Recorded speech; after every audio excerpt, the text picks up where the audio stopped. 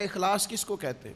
اخلاص کا مطلب یہ ہوتا ہے کہ اللہ کی عبادت میں ذرا برابر بھی کسی کو شریک نہ ٹھہرایا جائے. یعنی کسی شخص نے روزہ رکھا ہے تو وہ اتنی نیت کرے گا کہ میرے رب کا حکم ہے تو میں نے روزہ رکھا ہے، اللہ کی رضا کے لیے روزہ رکھا ہے. اگر اس نے یہ ارادہ کیا نا چلو روزہ بھی ہو جائے گا اور میرا وزن بھی کم ہو جائے گا، تو یہ اخلاص نہیں ہے.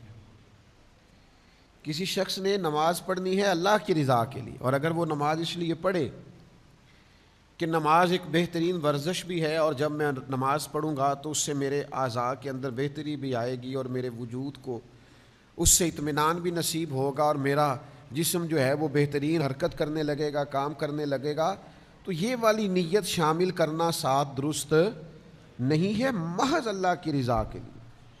یعنی اس پر حدیث موجود ہے. ایک صحابی نے عرض کی یا رسول اللہ صلی اللہ تعالیٰ علیہ وسلم، ایک شخص اس لیے جہاد کرتا ہے کہ وہ اسے اجر بھی ملے اور ساتھ اس کی شہرت بھی ہو جائے. سیاستہ میں حدیث موجود ہے. تو نبی پاک علیہ السلام نے فرمایا، اچھا یہ آپ اس حدیث کے لفظوں پر غور کریں. وہ عرض کرتے ہیں کہ محض شہرت کی نیت نہیں، اس کی نیت یہ ہے کہ جہاد بھی کر لوں اور شہرت بھی ہو جائے. یعنی دونوں نیتیں ہیں، اللہ کی رضا کی نیت بھی ہے لیکن ساتھ تھوڑی بہت شہرت کی نیت بھی. یا رسول اللہ اجر ملے گا؟ تو اللہ کے رسول نے دو ٹوک لفظوں میں فرمایا اس بندے کو کوئی اجر نہیں ملے گا. پھر عرض کی دوسری دفعہ یا رسول اللہ نیت جہاد کی بھی ہے لیکن ساتھ اس کا خیال ہے کہ مشہور بھی ہو جاؤں. تو کریم فرمانے لگے اسے کوئی اجر نہیں ملے گا.